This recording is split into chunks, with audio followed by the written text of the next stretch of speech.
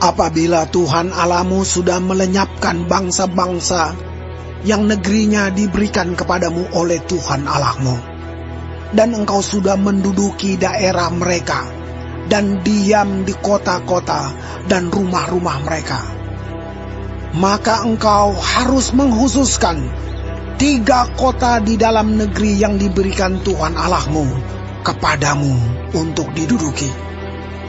Engkau harus menetapkan jauhnya jalan dan membagi dalam 3 bagian wilayah negeri yang diberikan Tuhan Allahmu untuk dimiliki olehmu, supaya setiap pembunuh dapat melarikan diri ke sana.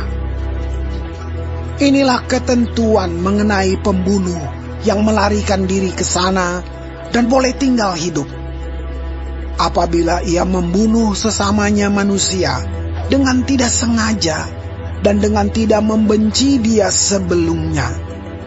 Misalnya, apabila seseorang pergi ke hutan dengan temannya untuk membelah kayu, ketika tangannya mengayunkan kapak untuk menebang pohon kayu, mata kapak terlucut dari gagangnya, lalu mengenai temannya sehingga mati, maka ia boleh melarikan diri ke salah satu kota itu dan tinggal hidup. Maksudnya supaya jangan penuntut tebusan darah sementara hatinya panas dapat mengejar pembunuh itu.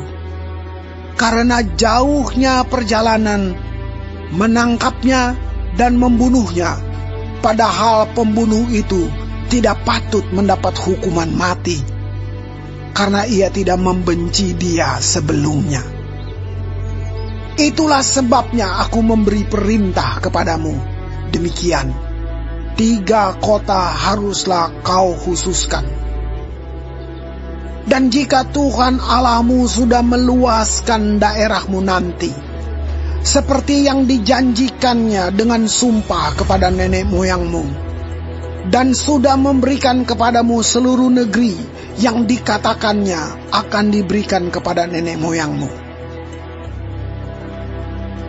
Apabila engkau melakukan dengan setia perintah ini, yang kusampaikan kepadamu pada hari ini, dengan mengasihi Tuhan Allahmu, dan dengan senantiasa hidup menurut jalan yang ditunjukkannya, maka haruslah engkau menambah 3 kota lagi kepada yang 3 itu, supaya jangan tercurah darah orang yang tidak bersalah di negeri yang diberikan Tuhan Allahmu kepadamu menjadi milikmu, dan hutang darah melekat kepadamu.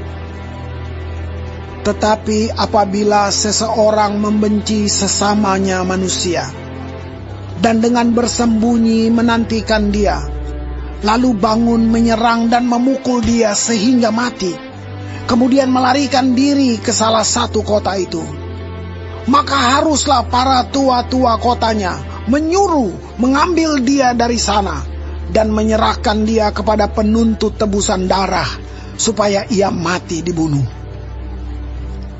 Janganlah engkau merasa sayang kepadanya.